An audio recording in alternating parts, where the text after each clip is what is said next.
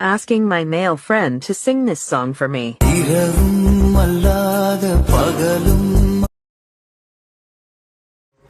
இரவும் அல்லாத பகலும் அல்லாத பொழுதுகள் உன்னோடு கழியுமா?